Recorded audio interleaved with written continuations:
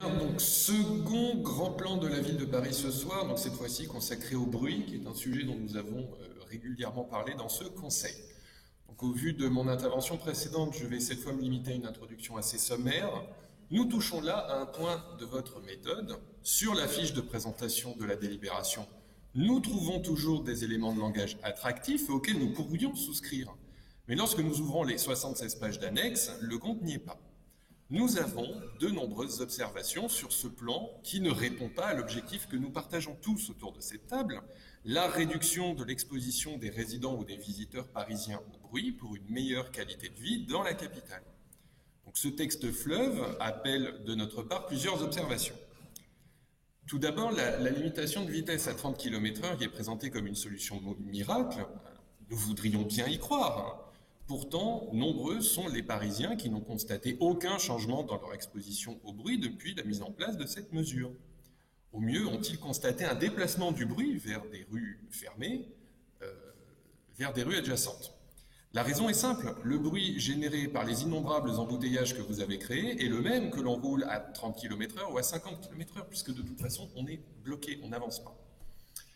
Le sujet principal réside dans la qualité des infrastructures dont le mauvais état est manifeste. J'ai plusieurs fois abordé ce sujet dans ce conseil. Dans l'espace public parisien, les nids de poules se multiplient et l'espace public est abandonné au chaos et à la laideur. L'abandon de la voirie représente un véritable danger pour les utilisateurs de l'espace public parisien et en premier lieu les piétons. Ce ne sont certes pas les plus bruyants. Mais ce mauvais état entraîne forcément des perturbations pour les usagers, qu'ils soient à pied, à deux roues ou à quatre roues, et donc de la pollution sonore. Ce plan se devrait d'agir réellement sur la qualité des infrastructures, mais la mairie de Paris est pourtant responsable de la chute de 14% des dépenses de travaux d'entretien de la voirie au budget 2021. Donc cherchez l'erreur. Et comme si la piètre qualité des infrastructures ne suffisait pas, à cela s'ajoutent les chantiers incessants, donc entre 6 000 et 7 000 à Paris selon les statistiques de la ville. Il n'y a à ce jour aucune coordination ni programmation des chantiers à Paris, contrairement à ce qui avait été promis fin 2019. Les promesses de l'exécutif parisien s'envolent-elles une fois les élections passées? Donc vous prétendez donc dans ce plan lutter contre un problème tout en étant la cause.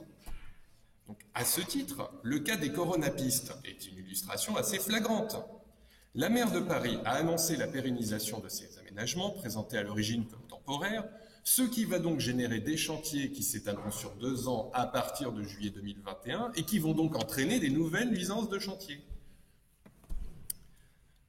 Ensuite, vous auriez pu saisir ce plan contre le bruit pour encourager la transition vers les véhicules électriques, ces derniers étant très silencieux.